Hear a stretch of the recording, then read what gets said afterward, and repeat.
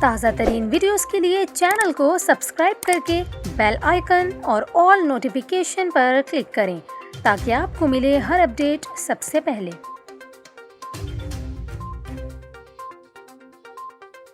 اور ابھی آپ کو بتائیں، ملک کے مختلف شہروں میں موسم سرما کی پہلی بارش کے باعث سردی مزید بڑھ گئی۔ ملتان، کوئٹہ اور پشاور سمیت کئی شہروں میں بادل جم کر برسے۔ راولپنڈی اور اسلام آباد میں بادلوں نے ڈیرے ڈال لیے۔ ملک کے بالائی علاقوں میں بھی برف باری کے بعد سردی مزید بڑھ گئی۔